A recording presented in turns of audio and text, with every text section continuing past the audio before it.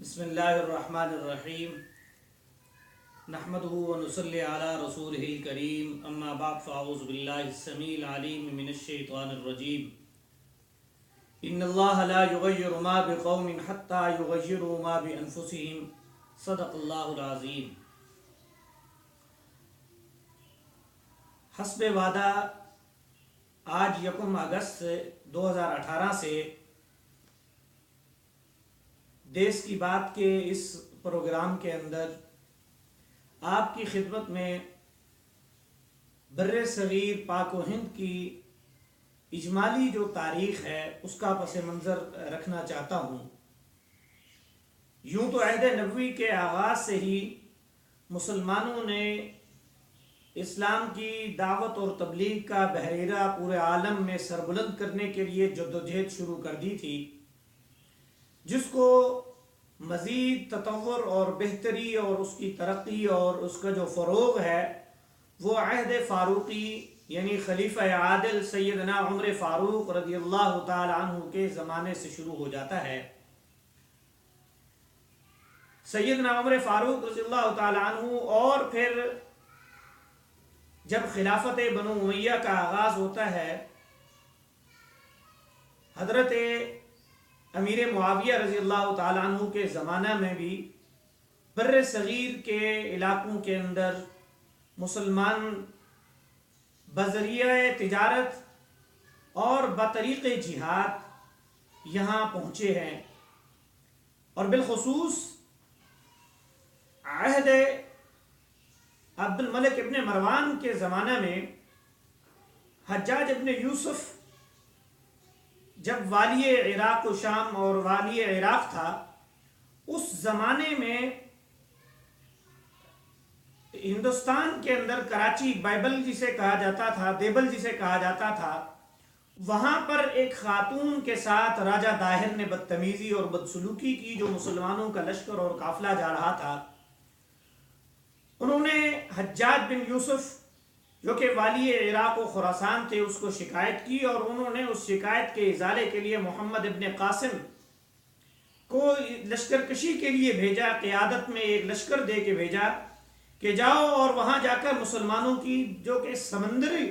راستے میں سفر کر رہے تھے ان کے ساتھ جو توہین میں سلوک ہوا ہے اس کا جا کے بدلہ چکاؤ، اور پھر وہاں پر موجود انسانوں کی داد رسی کرو۔ محمد ابن قاسم نے دیبل کراچی سے یہ سفر شروع کیا اور ملتان تک سندھ کے علاقوں سے گزرتے ہوئے پنجاب تک وہ پہنچے، اور پنجاب کے علاقہ ملتان تک انہوں نے اسلام کی دعوت اور اسلام کے نام پر جہاد کا سلسلہ جاری و ساری رکھا۔ اور اسی طریقے سے ہندوستان کے اندر یہ ابتدائی سفر تھا، لیکن اس کے بعد اس ہندوستان کی سرزمین کے اوپر چند صوفیہ کرام ان کی خدمات ناقابل فراموش ہیں کہ جن میں حضرت علی داتا علی حجویری اور شاہ معین الدین اجمیری اور دیگر ہستیوں نے اسلام کی تبلیغ اور ترویج کے اندر نہایت اہم کردار ادا کیا۔ اسی طریقے سے بر صغیر کے اندر اسلام اور مسلمانوں کا جو وجود ہے منتقل ہوا یا آیا ظاہر ہوا، وہ ایک اور دور ہے جو عہد ملوکیت کا ہے، یعنی کہ بادشاہی دور، ظہیر الدین بابر اور اسی طریقے سے محمود غزنوی اور شیر شاہ سوری اور دیگر شخصیات بے پناہ یہاں آئیں، اور انہوں نے 800 سال سے 1000 سال تک یہاں پر اسلامی خلافت کی داغ بیل ڈالی اور اسلامی ریاست قائم کی۔ تمام تر مسلم اور غیر مسلم، ہندو اور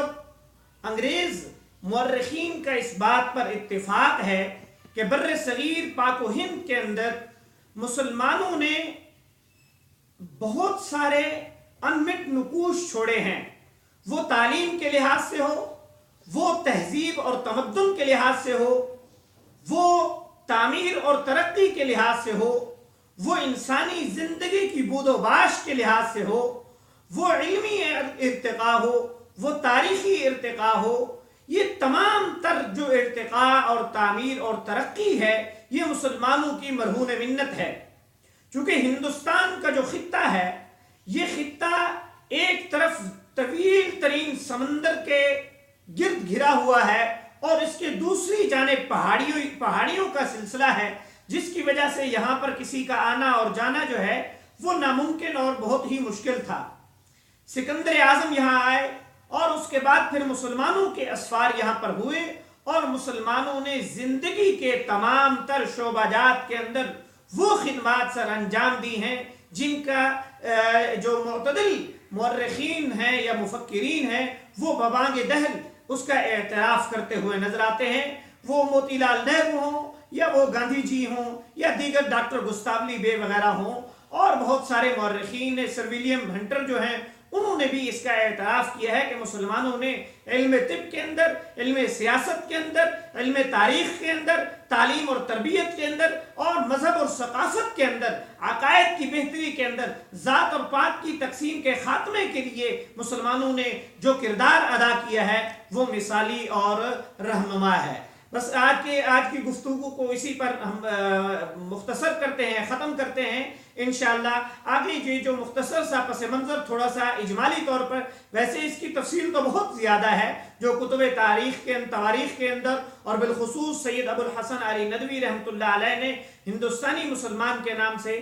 جو عربی میں خطبات دیے تھے ریڈیو آل انڈیا ریڈیو پاکستان کے اوپر، المسلمون فی الہند کے نام سے، وہ تمام اس کے اندر تفصیلات موجود ہیں، اس کا ذکر کرنا یہاں پر ناممکن ہے۔ اختصار کے ساتھ یہ پس منظر بیان کیا ہے اور پھر انشاءاللہ تحریک آزادی کا جو آغاز ہے یا جو اسباب پیدا ہوئے ہیں، یعنی مسلمانوں کے آمد کے بعد پھر مسلمانوں کا جو یہاں پر زوال ہوا اور ایسٹ انڈیا کمپنی آئی اور اس نے پھر مسلمانوں کے ساتھ کیا کیا سلوک روا اختیار کیے اور مسلمانوں کو کس طریقے سے مسائل سے دوچار ہوئے اور پھر انگریز کا یہاں جو احتلال ہوا ہے اس کو اجمالی طور پر ہم انشاءاللہ کل کی گفتگو کے اندر انشاءاللہ ذکر کریں گے۔ والسلام علیکم ورحمۃ اللہ وبرکاتہ۔